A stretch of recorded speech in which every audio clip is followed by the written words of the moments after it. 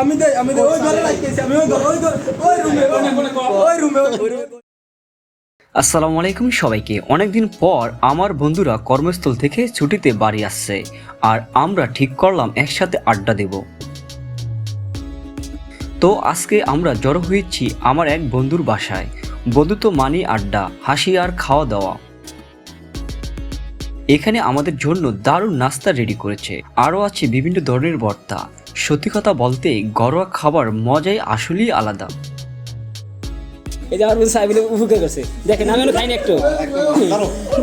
আমি হলাম ক্যামেরাম্যান, আমি ক্যামেরা ধরার আগে দিই সব কিছু খায়া কার আইডি সবই খাদ্য, আমি এই খাদ্য সব খাই নিছি। মালটা হইলে গেতে নিতে আমরা সবাই মিলে খেয়ে গল্প করে আর হেসে সময়টা একদম জমিয়ে তুলেছি। বন্ধুরা একসাথে হলেও সময় কিভাবে চলে যায় বুঝতেই পারা যায় না।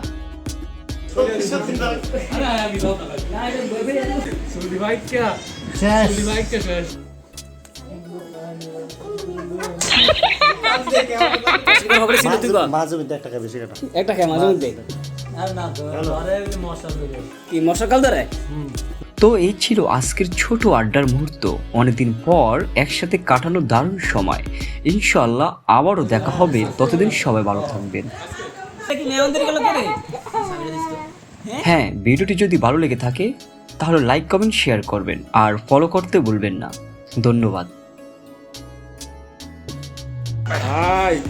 আল্লাহ এত মজা।